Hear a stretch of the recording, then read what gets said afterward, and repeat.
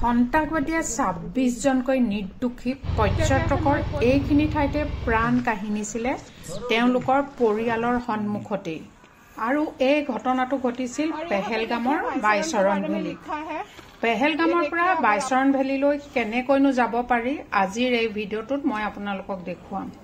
Hotel mount view এইখন আছে পেহেলগাম মাৰ্কেটতে। আৰু এতিয়া মই আপোনালোকক পেহেলগাম মাৰ্কেট দেখুৱাইছো। এয়া হ'ল পেহেলগাম মাৰ্কেট। ৰাতিপুৱাৰ সময় সেইকাৰণে দোকানবিলাক বন্ধ হৈ আছে। আৰু ঠিক এই হোটেলখনৰ সন্মুখেদি এটা ৰাস্তা আপোনালোকে দেখা পাইছে। সেই ৰাস্তাটোৱেদি যদি আপোনালোকে ট্ৰেকিং কৰি বাইচৰণ ভেলীলৈ যাওঁ বুলি ভাবে তেতিয়াহ'লে সেই ৰাস্তাটোৱেদি যাব পাৰিব।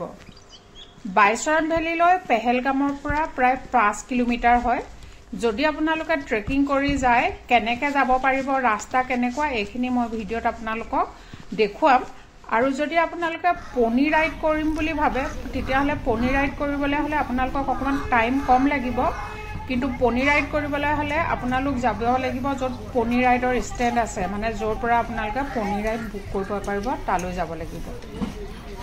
এতিয়া চাওক, এইখিনিতে এখন চাইনবোৰ্ড লগাই থোৱা আছে আৰু পেহেলগামৰ পৰা কলৈ কিমান দূৰ লিখা আছে। বাইচৰণ ভেলীলৈ ৫ কিলোমিটাৰ। আৰু ৫ কিলোমিটাৰ যদি আপোনালোকে খোজ কাঢ়িব লগা হয় তেতিয়াহ'লে প্ৰায় ২ৰ পৰা ২.৫ ঘণ্টাৰ সময় লাগিব। ৰাস্তা যিখিনিৰ পৰা আমি হোটেলৰ পৰা আহিলোঁ সেইখিনিৰ পৰা প্ৰায় ১.৫ কিলোমিটাৰ ৰাস্তা, খুব ধুনীয়া পকা ৰাস্তা। তাৰপিছত এয়া ভিডিঅ'ত আপোনালোকে নিশ্চয় দেখিছে পকা ৰাস্তাটোৰ পৰা ওপৰলৈ এটা ৰাস্তা উঠি আহিছে, কেঁচা ৰাস্তা।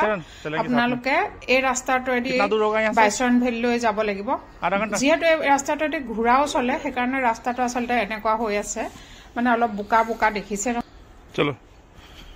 তাৰপিছত এতিয়া বাইচৰণ ভেলীলৈ যোৱা যিটো মেইন ৰাস্তা সেইটো পাই গ'লো। ৰাস্তা দেখিছে নাই অৱস্থা কেনেকুৱা। এইটো ৰাস্তাইদি ঘোঁৰাও চলে, গতিকে ৰাস্তাৰ অৱস্থা একদম বেয়া, সাংঘাতিক বোকা বোকা হৈ আছে। এতিয়া এইফালেদি আমি খোজকাঢ়ি যাব লাগিব আৰু উপায় নাই, যিহেতু খোজকাঢ়ি যাম বুলিয়ে আহিছোঁ।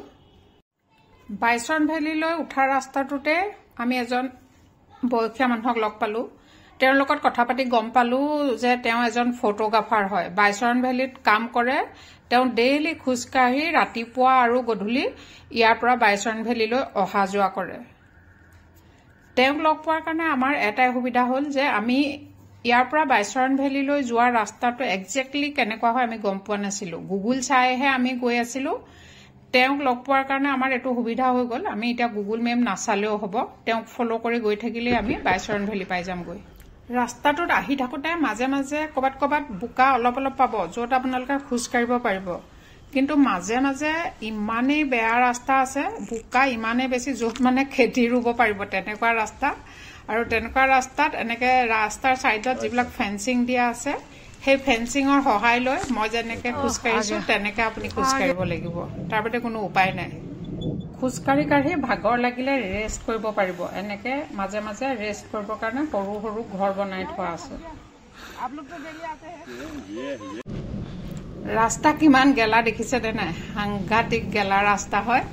আৰু এনেকুৱা ৰাস্তাত যদি খোজকাঢ়িব লগা হয় তেতিয়াহ'লে আপোনালোকে ভাল স্পৰ্টছ শ্বু নহ'লে ট্ৰেকিং শ্বু পিন্ধি আহিব লাগিব। যিকোনো জোতা চপ্পল পিন্ধি আহিলে এইটো ৰাস্তাত খোজকাঢ়িবলৈ বহুত মুস্কিল হ'ব। আৰু দ্বিতীয়তে যদি পেহেলগামৰ পৰা বাইচৰণ ভেলীলৈ ট্ৰেকিং কৰিম বুলি ভাবে, খোজকাঢ়ি আহিম বুলি ভাবে, তেতিয়াহ'লে লগত পানী বটল আৰু খোৱাৰ কিবা কিবি বস্তু লগত লৈ অহাটো বহুতেই দৰকাৰী। এই গোটেই ৰাস্তাত পেহেলগামৰ পৰা বাইচৰণ ভেলীলৈ এই ৫ কিলোমিটাৰ ৰাস্তাত কোনো দোকান আপোনালোকে দেখিবলৈ নাপাব। ইয়াত কোনো দোকান নাই, গতিকে বস্তু নিজেই লৈ আহিব লাগিব। ভাগৰ লাগিলে গতিকে আকৌ অকণমান বহি ৰেষ্ট লৈছোঁ, তাৰপিছত যাম আকৌ বাইচৰণ ভেলীলৈ। প্ৰায় ৩ কিলোমিটাৰ ৰাস্তা আমি আহিলোঁ। এই ৩ কিলোমিটাৰ ৰাস্তাটো অলপ ভালেই আছিলে বুলি কৈছোঁ। তাৰপিছত এয়া দেখিছে নে নাই মোৰ অৱস্থা, একদম বেয়া, হেলাই হেঁপাই যেনে তেনে খোজকাঢ়িছোঁ। এইফালে এখন নদী আছে আৰু এই নদীখন আপুনি পাৰ কৰিব লাগিব। যথেষ্ট পানীৰ সোঁত আছে আৰু লগতে শিলবিলাকত হেলাই পৰি আছে নহয়, বহুতেই শ্লিপাৰী হয়। এয়া দেখিলে নে নাই মোৰ জোতা পানীত পূৰা সোমাই গ'ল আৰু ভিতৰলৈকে তিতিছে, মোজাত পানী সোমাইছে মই গম পাইছোঁ। আৰু এনেকৈ এবাৰ নহয় ২-৩ বাৰ আপুনি এই নদীখন পাৰ কৰিব লাগিব।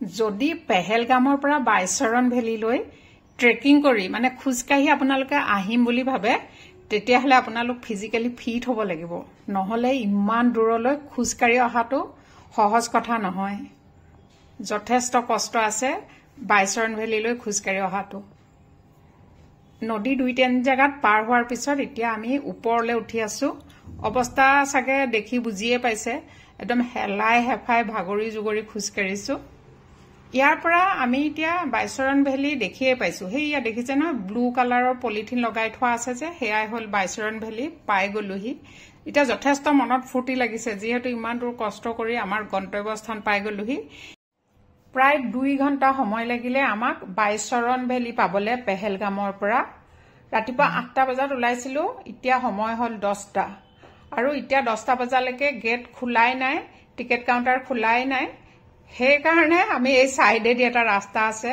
হে ৰাস্তাটোৱে এতিয়া আমি গৈ আছো বাইচৰণ ভেলীলৈ এয়া একিনতে দেখিছে না একিনতে এটা ৰাস্তা আছে এতিয়া এফালে দি আমি হুমাই আহিলো ইয়ালে যেতিয়া টিকেট কাউন্টাৰ খুলিব তেতিয়া টিকেট লম এতিয়া টিকেট কাউন্টাৰ খোলাৰ আগতে আমি বাইচৰণ ভেলী এবাৰ ভালকে চাই লম যদি আপোনালোকে ইয়ালৈ পনি ৰাইড কৰি আহিম বুলি ভাবিছে তেতিয়াহলে বেলেগ বেলেগ ৰাস্তাইদি আহিব পাৰে হেইয়া দূৰত কেইজনমান টুৰিষ্টে পনি ৰাইড কৰি আছে